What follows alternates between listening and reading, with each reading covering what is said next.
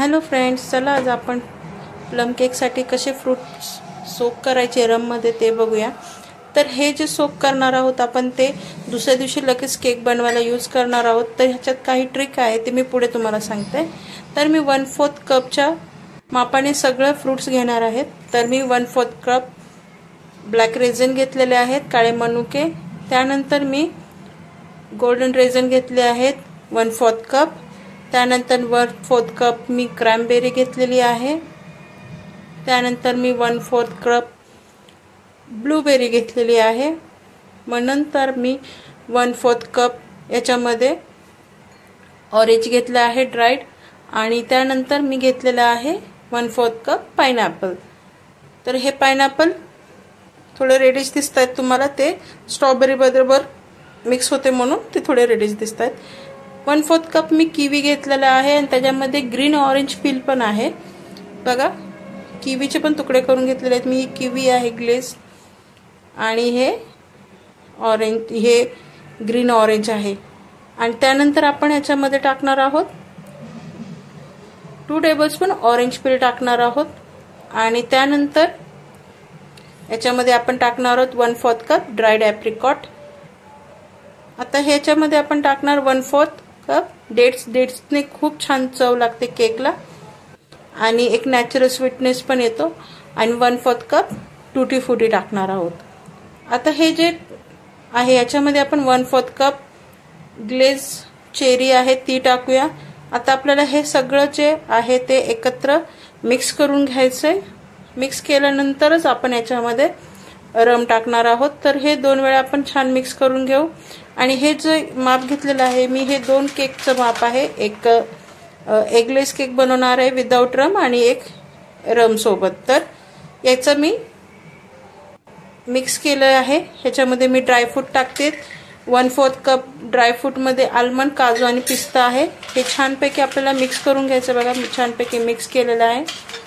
आणि आता ह्याचा जो अर्धा भाग आहे मी एका बाउलमध्ये घेतलेला आहे, हाफ एका बाउलमध्ये घेतलंय आणि त्याच्यामध्ये मी रम टाकणार आहे। तर याच्यामध्ये आपण 90 ml रम यूज करणार आहोत। पण रम जरी 90 ml यूज करत असलो तरी आपण पहिले थोडं थोडं टाकूयात। तर मी पहिले 1/4 कप टाकलेला आहे आणि 1/4 कप टाकून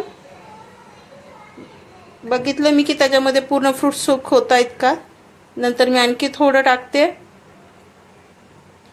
थोडं थोडं टाकायचंय, बघायचंय की जास्त ओव्हर पण झाली नाही पाहिजे रम। तर फ्रूट्स पूर्ण सोक नाही झालेले आहेत। तर याच्यामध्ये मी पूर्ण जी 90 ml आहे ती पूर्ण टाकते। आणि यानंतर आपली जी 90 ml रम आहे ती पूर्ण मी टाकल्यानंतर ह्याला व्यवस्थित आपल्याला मिक्स करायचंय। आणि मिक्स करून झाल्यानंतर ह्याला थोडंसं जे फ्रूट्स आहेत ते रम मध्ये प्रेस करायचे।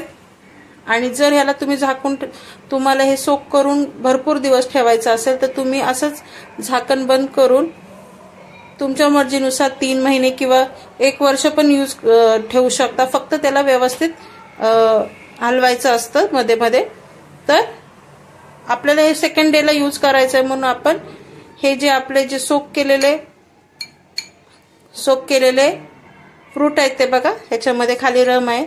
तर आपल्याला हे पूर्ण सोक होण्यासाठी एक काम करायचं, आपण याला आपण कुकरमध्ये पाणी गरम करायला ठेवलंय मी। आणि ते पाणी गरम करायला ठेवून त्याच्या आतमध्ये एक प्लेट ठेवली आणि त्याच्यावरती ते ग्लासचं बाउल ठेवलेलं आहे।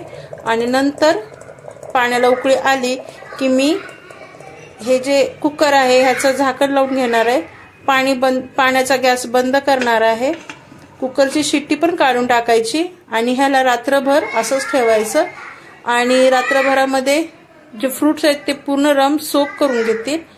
गॅस आपण लगेच बंद करायचा, गॅस चालू नाही ठेवायचा। दुसऱ्या दिवशी बघायचं ओपन करून, तर आपले जे फ्रूट आहे त्यांनी पूर्ण रम सोक केलेली आहे बघा। बऱ्यापैकी म्हणजे पूर्ण सोक केलेले आहे। पूर्ण फ्रूटच्या आतमध्ये रमचं मिक्सचर झालेलं आहे।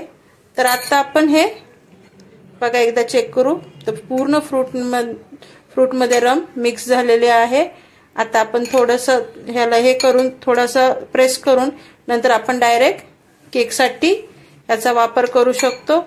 बघा किती सोप्या पद्धतीने कमीत कमी वेळामध्ये आपले रममध्ये फ्रूट चांगले सोक झाले आहेत आणि त्यानंतर आपला हा असा केक तयार झालेला आहे. केकचा व्हिडिओ मी आता नेक्स्ट व्हिडिओमध्ये टाकत आहे. शेअर करा, लाईक करा.